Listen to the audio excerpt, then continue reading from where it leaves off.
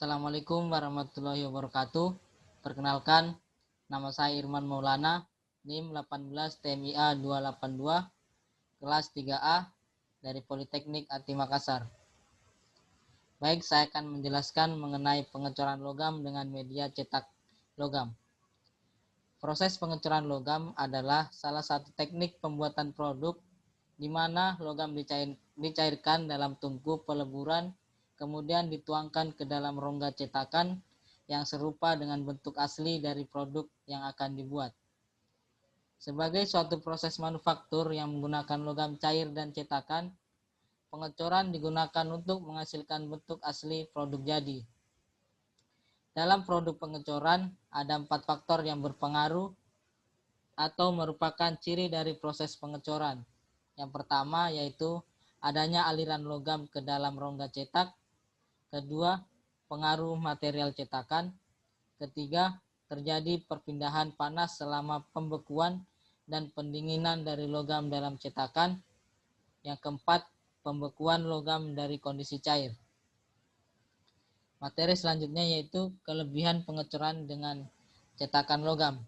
Yang pertama, sifat mekanik pengecoran logam lebih tinggi daripada cetakan pasir. Kedua, akurasi dan permukaan selesai coran lebih tinggi daripada pasir coran, dan kualitas ukuran hasil coran yang stabil. Yang ketiga, hasil proses coran tinggi dan konsumsi logam cair berkurang. Keempat, pasir atau kurang pasir umumnya dapat menyimpan 80-100% dari pencetakan bahan. Selanjutnya yaitu jenis-jenis cetakan pasir. Yang pertama, green sand, yang kedua, cold box, yang ketiga, Nobex mold. Selanjutnya yaitu bagian-bagian cetakan pengecoran logam. Yang pertama, rongga cetakan, yang kedua, inti, ketiga, saluran masuk, keempat, saluran turun, kelima, pouring basin, keenam, penambah. Selanjutnya yaitu penuangan dengan cetakan logam.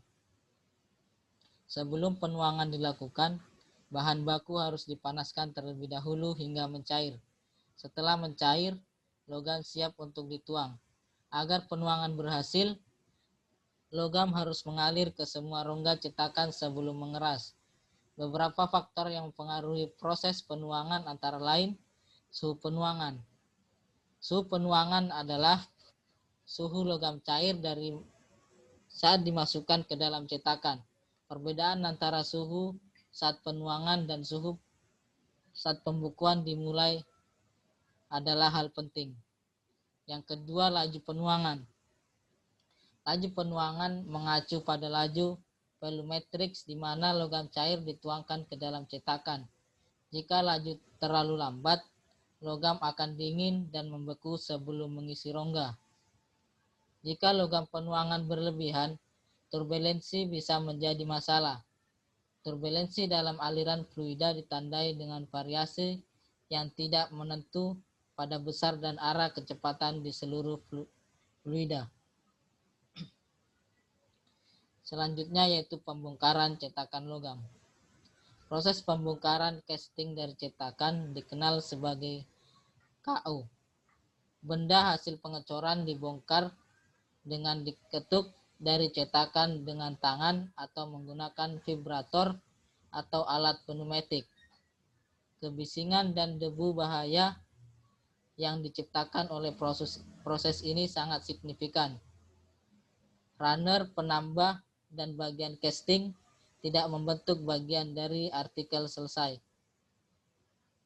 Akan dihapus dengan mengetuk dan menggergaji dari casting yang kemudian digiling pada rongga gurinda untuk menghapus berkedip, tapi kasar dan sisa-sisa pelari.